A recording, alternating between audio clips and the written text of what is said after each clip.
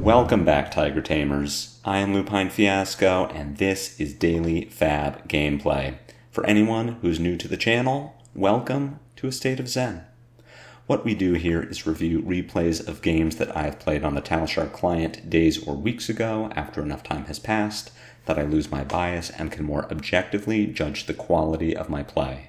I'll talk through turn cycles and give my thoughts on the line I would take now compared to the line I took then at the time of recording. We either learn from my mistakes or reinforce good play patterns with the overall goal of tightening and optimizing our gameplay in the future to take down paper events like the upcoming ProQuest season and, most importantly, walk away with that shiny cardboard. If you would like to check out the list I'm playing here or try it for yourself on Talishar, there is a FaB deck link in the video description below.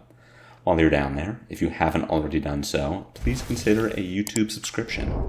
It is the best free way to support me and to make sure that you see daily FaB gameplay in your video feed 5 days a week. The best paid way to support me is through Patreon, and a Patreon link is also in the video description. A Patreon subscription will get you access to the DFG Discord and the shiny cardboard Talishar card back. At higher tiers, your name will appear in every DFG video, you'll get bonus DFG content every week, and there are even more benefits to come. Daily FaB gameplay will always be free 5 days a week, so for those who can afford to patronize me, I truly appreciate it. And if you just want memes and rambling, follow me on X. Now, without further ado, let's talk about our sideboard and about our game plan.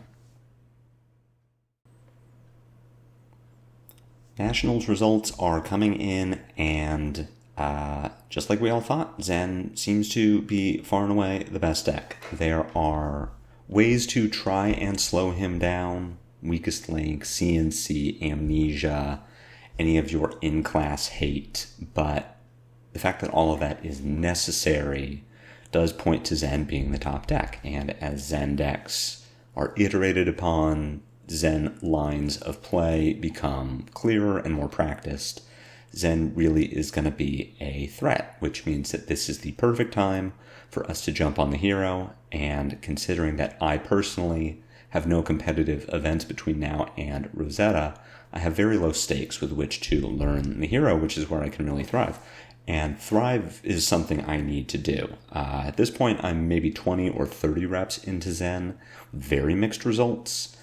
Despite being the best deck in the format, he's a lot harder to play than I thought he would be. And I know some people will say, well, no, he isn't. You just pop off.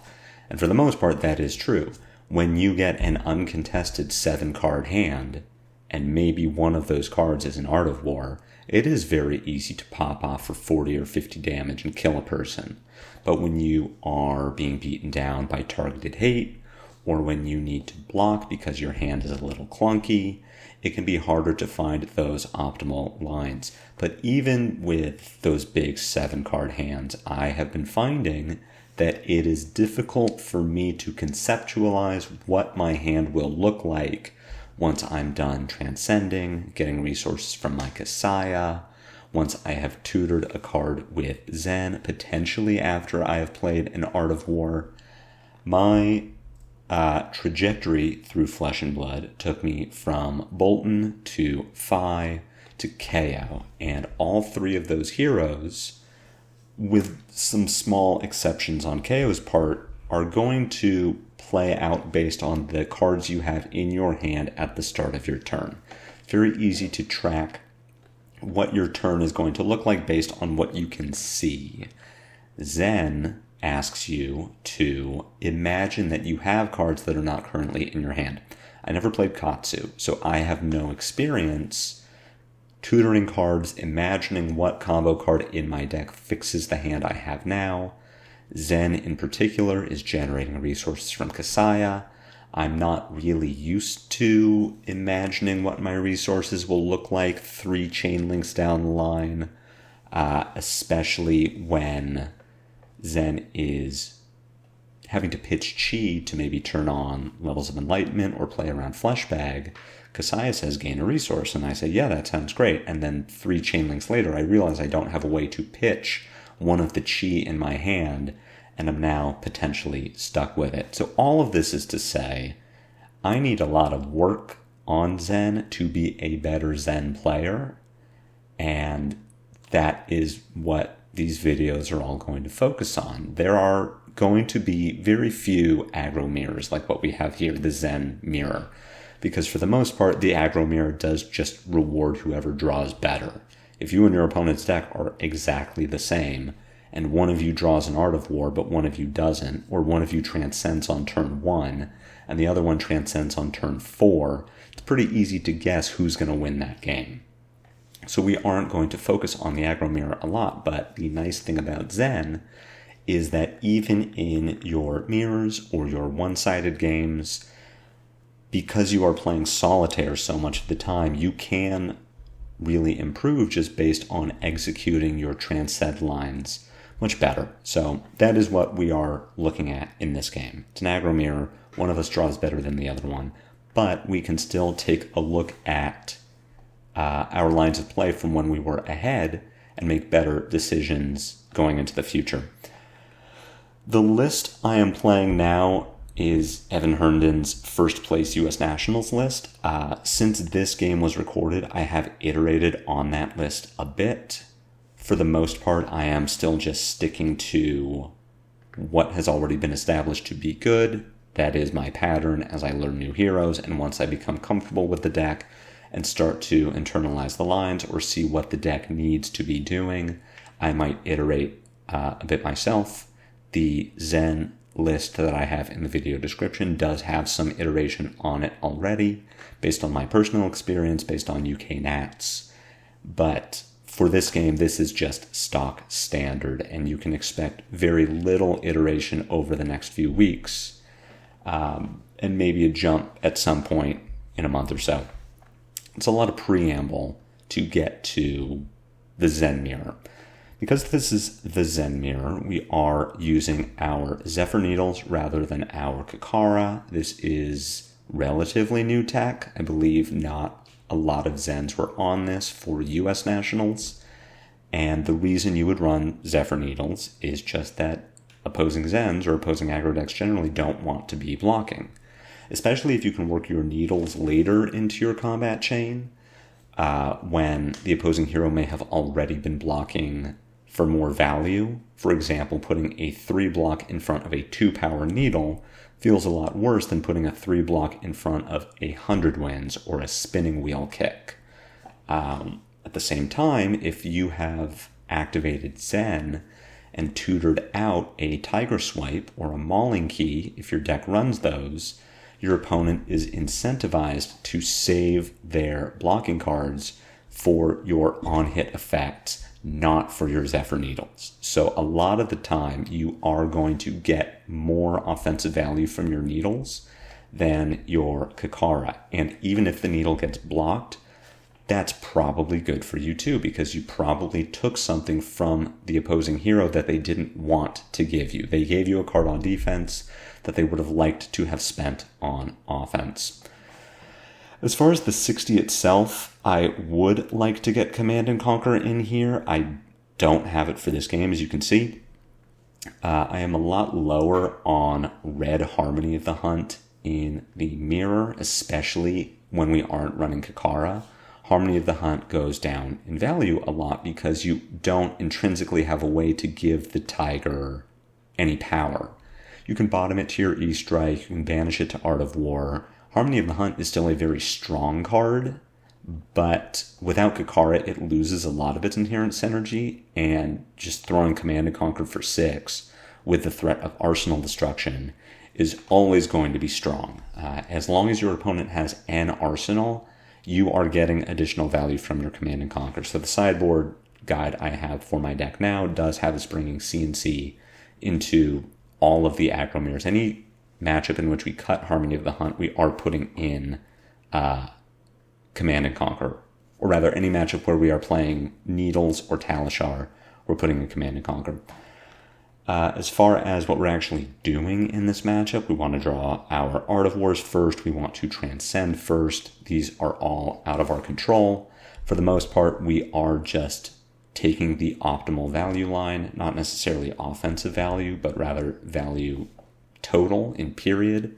If we get more value playing defense than offense, we want to take that line, because ultimately Zen does present a lot of damage on small hands.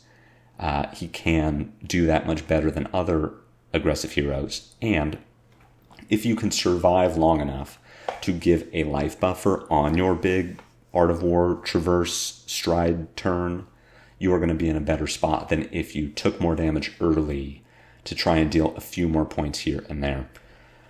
But the best thing to do to learn the mirror is just jump into it. We'll play it, we will evaluate our decisions, and see how we can improve on those in the future. Having lost the die roll, we will be going first. Much as I don't want to let my opposing hero filter on turn 0, this hand is very bad. One of the downsides of playing Needles is that we cannot just pitch cards into our weapons, because it's very easy for Zen to break our Needles on turn 0, since he will draw up at the end of our turn. So all we really want to do here is E-Strike for 7. Maybe we catch Zen with a hand that doesn't block very well. We could dump our entire hand if we wanted to. We could play Spinning Wheel Kick by pitching Aspect of Tiger, and then E-Strike for 5, draw a card. Just something for the arsenal. The nice thing about Zen in comparison to a hero like KO is Zen doesn't really have bad cards for the arsenal. All of Zen's cards do something. Once we get later into the game and we start transcending and shuffling our chi into our deck, E-Strike, draw a card, loses some of its value in case you do draw one of those chis. But at the very start of the game, E-Strike, draw a card is really good. At the same time, we have a Spinning Wheel Kick in our hand. We would be keeping one of these Aspect of Tigers, which we actively want to be playing, following a Spinning Wheel Kick. So I'm not super interested in just filtering this entire hand. I don't mind holding a Spinning Wheel Kick and an Aspect of Tiger, so I am just going to E-Strike for 7. I'm not anticipating that this is going to deal damage. Maybe we catch Zen with a hand that doesn't block. What's more likely is he can just put 3 or 4 cards on the table to block this out entirely. But we want to open up spots in our hand to draw blues. We do push a couple points of damage. 2 damage at the start of the game shouldn't matter too much. We are disadvantaged by going first. At the same time, we're hoping that we're going to be able to catch up.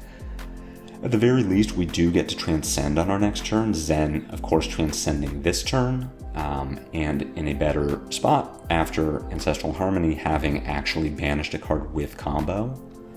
The good news is that it is only a blue Descendant Gust Wave. The other good news is that if there is a Bonds follow-up to this, our opposing Zen's graveyard is not very full. There's Bonds, there is a Gust Wave, but that's it. Zen could double Bonds, but why? There's no real... It isn't building towards anything besides just dealing some damage. And at this point, we're happy to take some damage. Our hand doesn't block very well. We want to transcend. We are going to be able to respond with some good damage.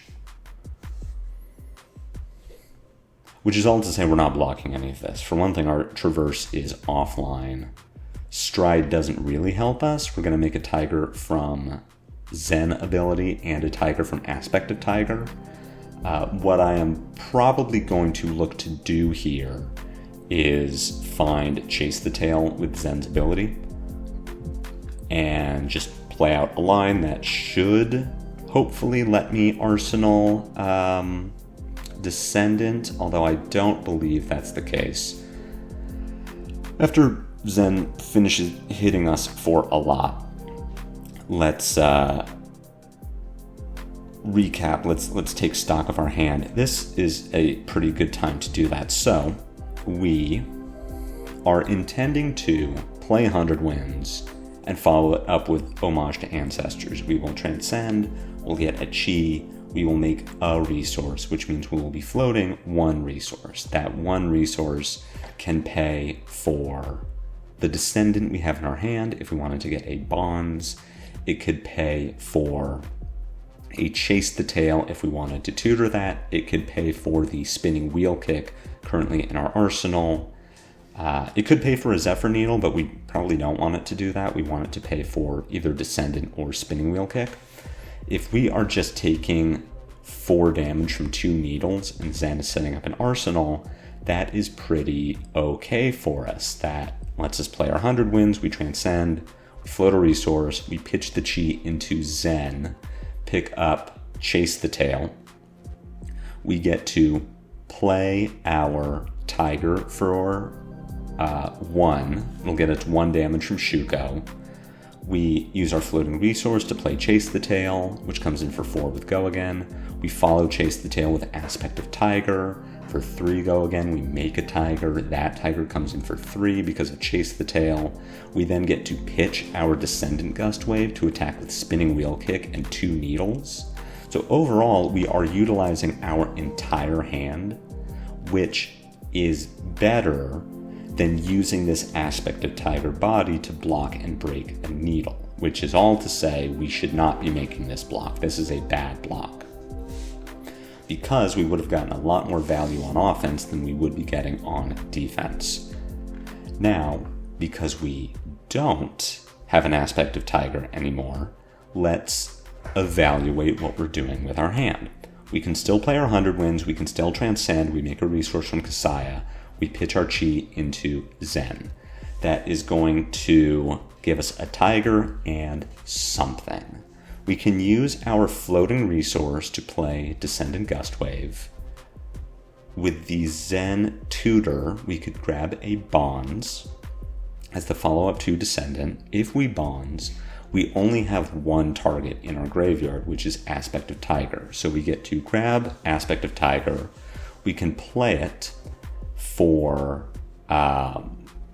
3 damage. We make a Tiger off of the combo. We can attack with that Tiger. It will get the Shuko buff, but then we're sitting with a Tiger in hand that has no intrinsic power. There's nothing it is a 0 power attack, and we still have our Spinning Wheel Kick in arsenal. So, considering that, and considering that Descendant Gust Wave is a blue, which lets us transcend and works with any bonds we might draw into, what I am more interested in doing with this hand is playing 100 wins, playing Homage, transcending, making that resource. With that chi, getting a Tiger Swipe, so that what our turn looks like is 100 wins for 1, Spinning Wheel Kick for 4, Crouching Tiger for 1, Tiger Swipe for 4, Arsenal Descendant Gust Wave. And I think that is the optimal line that uses all of our resources and gives us an arsenal. I believe that is the best thing we can do with this hand. That isn't just getting a Bonds for some damage. We would like to sit on our Descendant and on our Bonds until we can do something more impressive with it. So what we're doing at this point is we're loading our graveyard with a 100 wins. We'd be loading it with a Tiger Swipe, and just setting up future bond turns that are going to be more impressive. Choosing to grab 100 wins here for 4. We follow this with the Crouching Tiger for 1, and then attack with Spinning Wheel Kick for 4. So overall, this is the same amount of damage as if we had grabbed the Tiger Swipe. It just means that we are down 100 wins compared to a Tiger Swipe, and that can be good or bad. Tiger Swipe is really worth having in your deck because with a single chi and no other cards in your hand or arsenal, you can present 5 damage. You attack with Tiger for 0, and then Tiger Swipe for 5 with its Shuko buff. I believe Tiger Swipe would have been better if only because we would have already had 100 wins in our discard because of the blue that we played, and we would have been able to bonds based on that. Presenting the same amount of damage, I believe it is better to have more options early. So at this point, say we drew into our Sacred Art, and we were able to transcend and generate all of our Tigers, we do not have a way to bonds into a tiger swipe.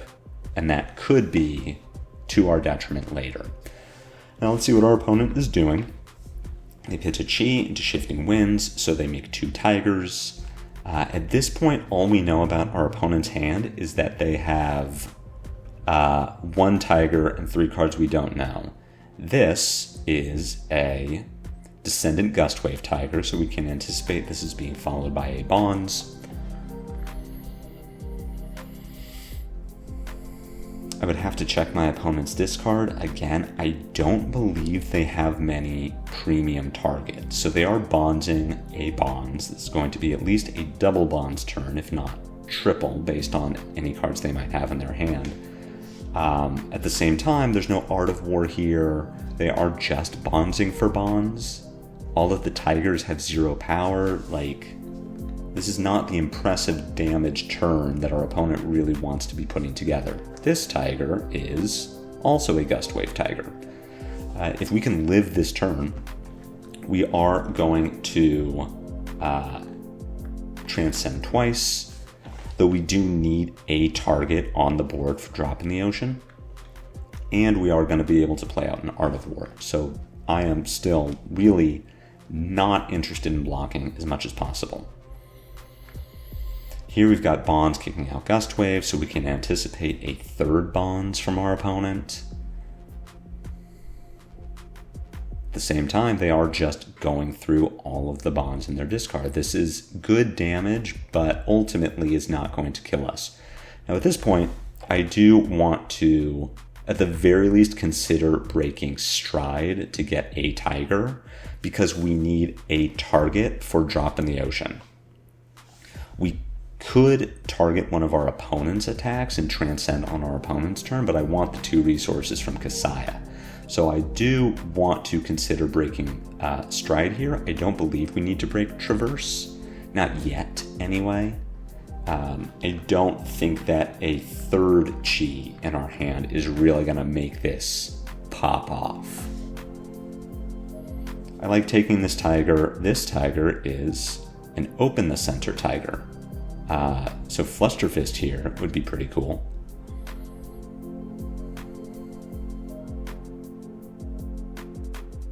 But it is just, in fact, Command and Conquer. So, CNC for 6, threatening our Descendant Gustwave in Arsenal is something I wouldn't mind protecting. We could give Traverse, Stride, and Tiger Swipe. That covers the 6. It gives us our Chi and our Tiger. It lets us keep our Shuko. I'm positive what we don't do here is block with Kasaya. Because we are going to double transcend on our next turn, we want Kasaya to generate 2 resources. But it might be worth blocking with Shuko at this point because we don't need our Chi. And we're going to have 3 Chi if we block with Traverse. And I will pay 1 to Zen to pick up most likely a Bonds. We can, at the very least, when we block with Stride, I suppose we are going to Art of War before we, or we are going to Zen before we Art of War. There is a world where we use the Chi from Traverse. I think we just block with Traverse here. We just give Traverse, Stride, and Tiger Swipe. And potentially need to worry about what we are pitching a second Chi into. But I think this is better than giving our Shuko.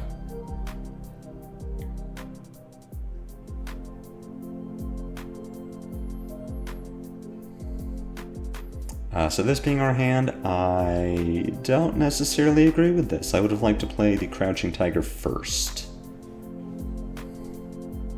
Though with this, we're going to transcend a lot and have a lot of Chi, which to me says let's not transcend 3 times.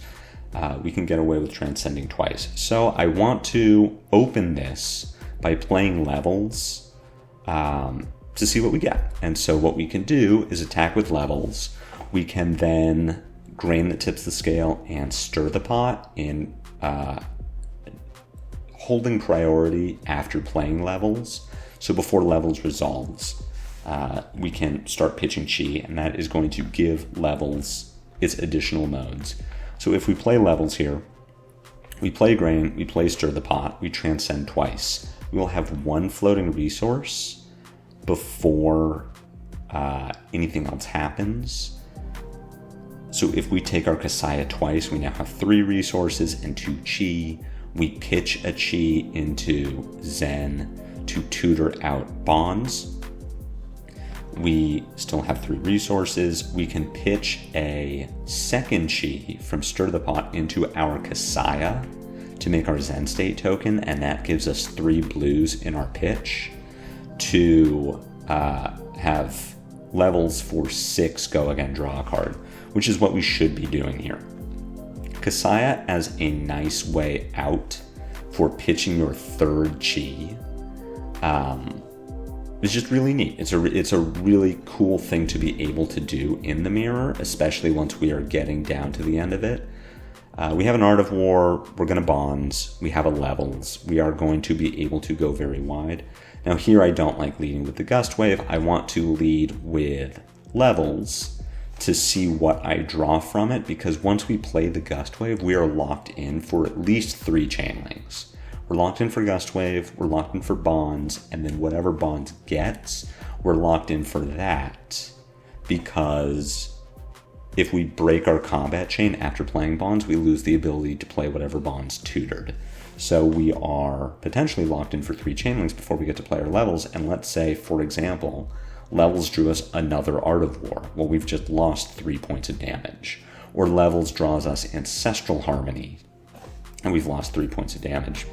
So here we can play Drop in the Ocean after the chain link, or after damage is dealt, so that we don't miss any damage. Definitely the correct way to play out this line. I just think if we had opened with levels, grains would have been much better. Grabbing bonds here just seems like easily the correct line.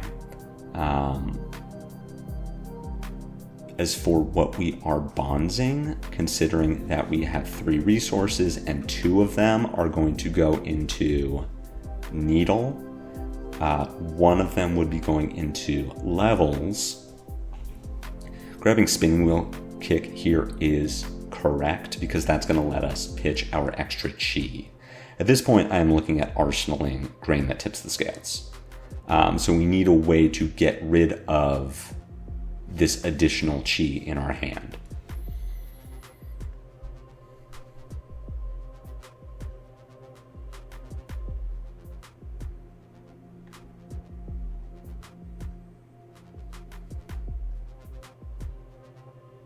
Did I just play levels without playing Spinning Wheel Kick? The game skipped a little bit there. Huh. Yeah, no, that works. Okay. So the problem, as you can see, sorry, I got a little confused there. So the problem, as you can now see, is we have this Shifting Winds, which would have been nice to have played at the start of the chain, because if we knew that we had a Shifting Winds, that bonds could have potentially grabbed a Descendant Gust Wave out of our discard, which would have let us double bonds here. So instead, we are just going to play out the Spinning Wheel Kick because we have to, so that we don't lose it when we break the chain. We can then break the chain to play Shifting Winds. We will make 2 Crouching Tigers. We'll just attack with all 3. Getting no real intrinsic value from being able to rename them, but at a bare minimum, we are just dealing damage. Shifting Winds here converts into 2 points of damage, and then we will arsenal our grain that tips the scales. So overall, just kind of a clunky turn based on some misguided ordering. I remember my thought process at the time had been that I was trying to put a 3rd blue into my pitch stack for levels, but I couldn't think of a way to do it the way to do it would either be to generate fewer resources from Kasaya, or a better decision, just breaking Kasaya to make Zen state. Especially when we're dealing so much damage on a turn to Zen and Zen hasn't blocked. If he's keeping 4 cards, we're expecting that he's going to be able to convert them to offense, and that Zen state is going to prevent a minimum of 3 damage, assuming that one of those is used for pitch. And again, that's just a minimum, because that's assuming that Zen isn't going to play Harmony of the Hunt and generate a tiger, or Shifting Winds and generate 2 tigers, Sacred Art and generate 2 tigers.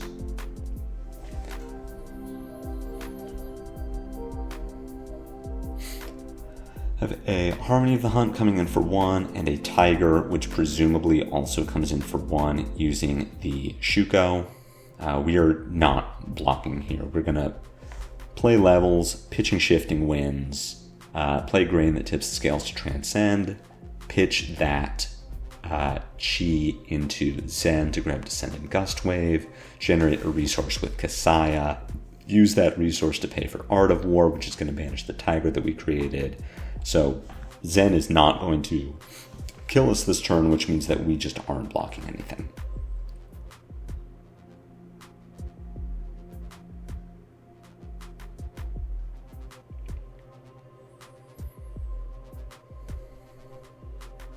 I would like to gain a resource. Gaining resources is fun. So here we do need to pitch to Zen. Descendant is an easy one to grab because we already have the bonds, so we don't need to rack our brain thinking about what Art of War could statistically draw us. We already know what our hand needs to function. We will play our Art of War in reactions. Just so that Zen doesn't know we have it before he decides any blocks.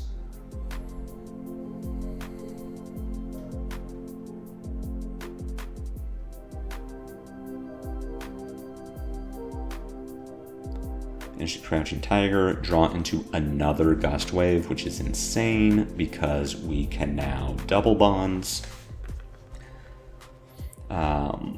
Very likely going to be stuck with this Harmony of the Hunt, but you know, that's for Arsenal.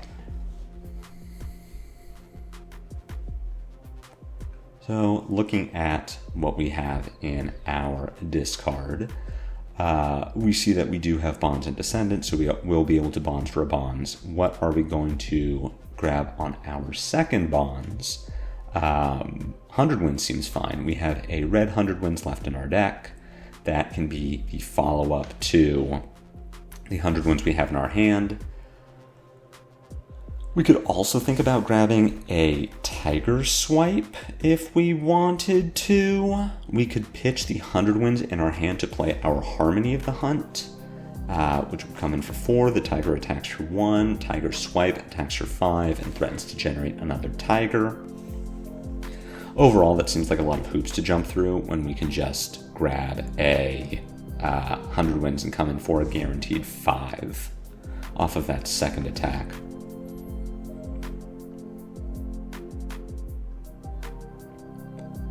Yeah, Harmony of the Hunt in hand, either going to go into our arsenal or pay for Zephyr Needle. Of course, none of this matters because we are going to win the game this turn.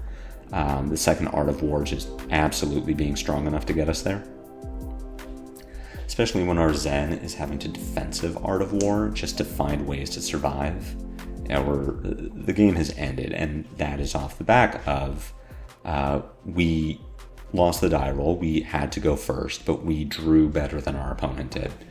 Our Transcends were more impactful. We drew 2 Art of Wars compared to 0, and that is what it takes to win an aggro mirror.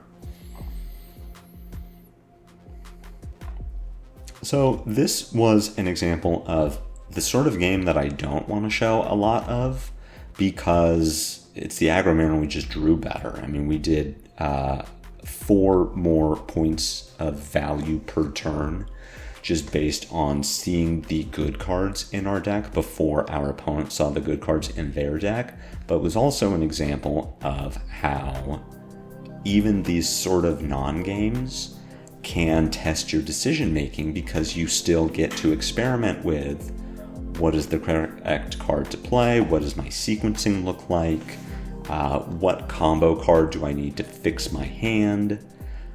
If I am tutoring for Zen just to push some damage, what is the best way to do that? We had our turn where 100 Winds and Tiger Swipe both deal the same amount of damage, but one of those lines puts a Tiger Swipe into our discard, where the other one puts a second copy of 100 Winds into our discard. One is actively beneficial to future Bond's turns. One of them is pretty superfluous. So Zen, and especially the aggro mirror, a lot of the time can feel like playing solitaire. We are two ships passing in the night. But even in that solitaire, you can optimize your gameplay and start seeing the lines that you didn't see before. And as I said, that is really what I'm focusing on at the start of my Zen journey, is just seeing the lines, conceptualizing what a turn could look like 5 chain links down the turn, and trying to pick up those skills that I never learned because I never played Katsu. So this is the start of our Zen journey, certainly not the end. That will come in 3 months when we are Aurora mains. But until that time, I hope you enjoyed the Zen gameplay. I hope you learned something. If you felt like you've already done that, be sure to head jab that like button. My comments are always open for any questions or feedback. If you haven't already done so, please consider a YouTube subscription. It's free. It helps me out. I'm on Patreon. I am on X. Links to those socials are in the video description below. But no matter what you do, catch me next time for more daily FaB gameplay. And until then, take care.